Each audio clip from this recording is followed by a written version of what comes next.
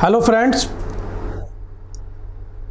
उम्मीद है आप लोग घर पे स्वस्थ होंगे और अच्छे से पढ़ाई कर रहे होंगे। कोरोना वायरस के कारण जेईई मेंस का एग्ज़ाम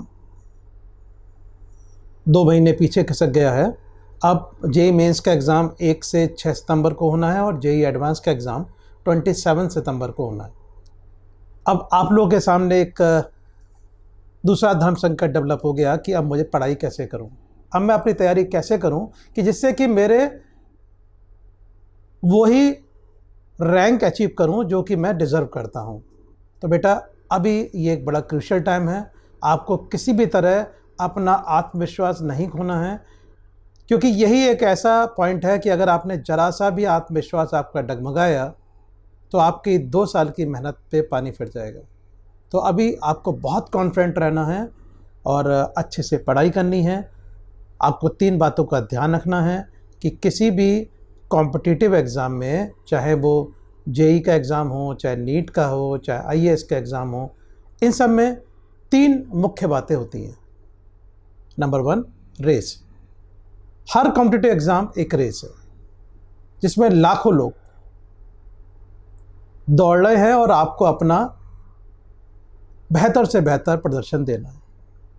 तो इसके लिए सबसे इम्पॉर्टेंट होता है कि आपकी नज़र फाइनल लाइन पर रहनी चाहिए, आपके लक्ष्य पर रहनी चाहिए, क्योंकि आपकी नज़र वहाँ से हटी तो आप रेस से बाहर हो जाते हो। तो आपको किसी भी हालत में अपने लक्ष्य से नज़र नहीं हटानी है। तो बेटा, आप जो आपके लक्ष्य है वो 27 सितंबर को है, तो 27 सितंबर पे आपकी नज़रें बनी रहनी चाहिए। नंबर 2, कॉम्पिटिटिव एग्ज़ाम में जो दूसरी सबसे महत्वपूर्ण बात होती है वो होती है भूख, हंगर।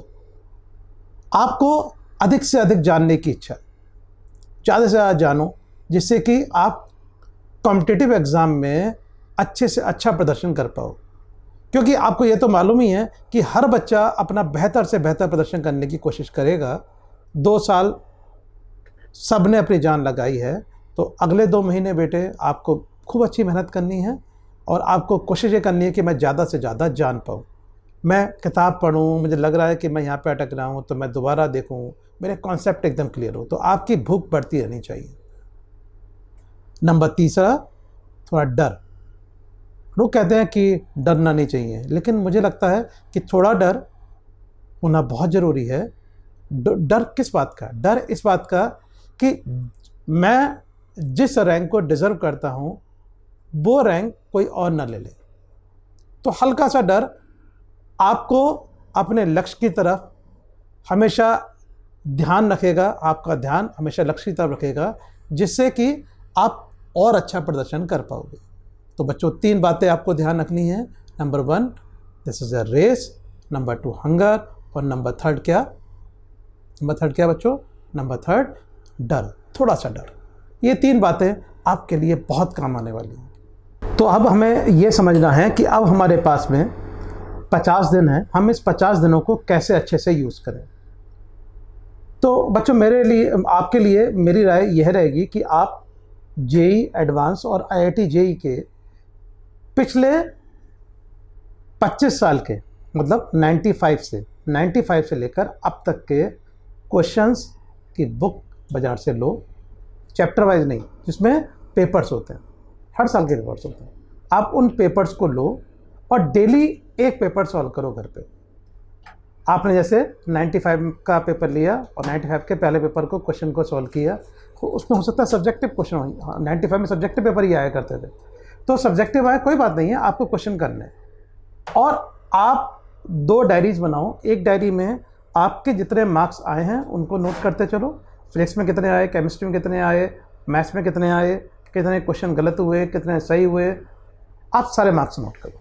तो आपको एक ट्रेंड पता लगेगा कि मेरा ट्रेंड क्या है। फिर क्या करो, आप जो पेपर आपने अटेम्प्ट किया था उसके सॉल्यूशंस देखो, बाजार से बुक्स ऐसे ही लाओ इसमें कि सॉल्यूशन साथ में हो, और आप उस सॉल्यूशन को ढंग से बहुत तसल्ली से पढ़ो।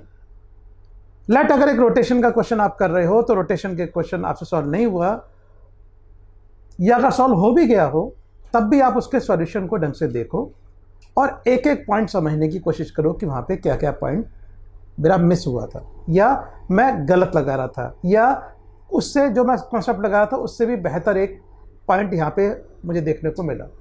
आप उसे बहुत तसल्ली से पढ़ो। मैं तो कहूँगा कि अगर आप 3 घंटे का पेपर दे रहे हो तो 3 घंटे ही आप आराम से, 3 घंटे 4 घंटे लगते हैं तो कोई बात नहीं, आप उसके सॉल्यूशन को बहुत बहुत बहुत अच्छे से समझो। फिर आप एक डायरी में डेली पॉइंट्स नोट करते जाओ कि मैंने आज ये पेपर देने पर मुझे क्या कॉन्सेप्ट नया सीखने को मिला। उसके शॉर्ट नोट्स बना लो। शॉर्ट नोट्स बना लो मतलब उसमें ये लिख लो कि भाई आज मैंने ये पढ़ा था, आज मेरा ये क्वेश्चन सॉल्व किया मैंने, इसमें ये गलती हुई, मैंने यहाँ पे ध्यान रखना है, वो सारे पॉइंट नोट कर लो। तो ऐसे क्या होगा बेटा, आप 95 से लेकर 2019 तक के आप सारे क्वेश्चन अगर सॉल्व कर लोगे, सारे पेपर सॉल्व कर लोगे, तो आपके हर कॉन्सेप्ट रिवाइज हो जाएगा और आप उसके सॉल्यूशन भी पढ़ोगे तो आपके जो भी ग्रे एरिया होंगे वो अच्छे से क्लियर हो जाएंगे। तो बेटा आपको एक तो 95 से लेकर अब तक के सारे क्वेश्चंस को, सारे पेपर्स के सारे क्वेश्चंस को सॉल्व करना है। डेली एक पेपर सॉल्व करना है, पहली बात। दूसरी बात, अब सब्जेक्ट को कैसे मैं तैयार करूं? तो आपको करना क्या है दोस्त कि डेली तीनों सब्जेक्ट्स की थोड़ा थोड़ा एनसीईआरटी पढ़नी है, कि जेईई में मोर और लेस एनसीईआरटी के आसपास ही घूमता है। तो आपकी स्ट्रेटजी क्या हो? केमिस्ट्री में आपको डेली इनऑर्गेनिक केमिस्ट्री का 1 पेज एनसीईआरटी का जरूर पढ़ना है। एक एक लाइन पढ़ो और एक पतली सी नोटबुक बना लो, और जो तुम्हें एक्स्ट्रा पॉइंट समझ में आए, तुम्हें लगा कि ये एक्स्ट्रा पॉइंट है, ये मैंने कभी पढ़ा ही नहीं था, उसे नोट कर लो। तो डेली 1 पेज पढ़ना। तो 1 पेज केमिस्ट्री का पढ़ना, केमिस्ट्री इनऑर्गेनिक केमिस्ट्री का आपको डेली 1 पेज पढ़ना। क्लास में जो ऑर्गेनिक के नोट्स बनवाए गए थे, आप जहाँ भी पढ़ते थे, या टीचर ने नोट्स बनवाए थे या आपने बनाए थे, उन नोट्स को ऑर्गेनिक केमिस्ट्री के ऑर्गेनिक आपको रिवाइज करना है। अब बात आती है फिजिक्स की, क्या करें? फिजिक्स में बच्चों आप एक एक चैप्टर को, या तो आपके पास में अगर SC वर्मा है या फिर आपके इंस्टीट्यूट के क्वेश्चन बैंक है, तो आप हर चैप्टर के एक एक चैप्टर को उठाते जाओ, और आपने अगर पहले किए हैं तो ठीक है, अगर नहीं किए हैं तो एक एक क्वेश्चंस को आप दोबारा शुरू कर दो करना, जिससे कि आपकी रफ्तार बनी रहेगी। मैथ्स में भी आप कोशिश ये करो कि मुझे 30 क्वेश्चंस डेली के करने। इतना भी अगर आप रोज करते रहे तो यकीन मानो दोस्तों, आप जेईई मेंस में और जेईई एडवांस में बहुत अच्छी रैंक लाओगे। बच्चों मैं तो ये कहता हूँ कि किसी भी कॉम्पिटिटिव एग्ज़ाम का topper single digit, double digit और 3 डिजिट में जो बच्चे आ रहे हैं वो सब टॉपर्स हैं। तो बच्चों आपको कोशिश ये करनी है कि अभी एक बार प्रॉपर रिवीजन हो जाए और डेली 1 पेपर सॉल्व हो जाए, तो आप बहुत अच्छे से अपनी रैंक अचीव कर पाओगे। ठीक है दोस्तों, अगली वीडियो में मैं आपको कुछ और ट्रिक्स और टिप्स दूंगा। ध्यान रखें आप लोग, और स्वस्थ रहें, मस्त रहें और अच्छे से पढ़ाई करते रहें। Thank you.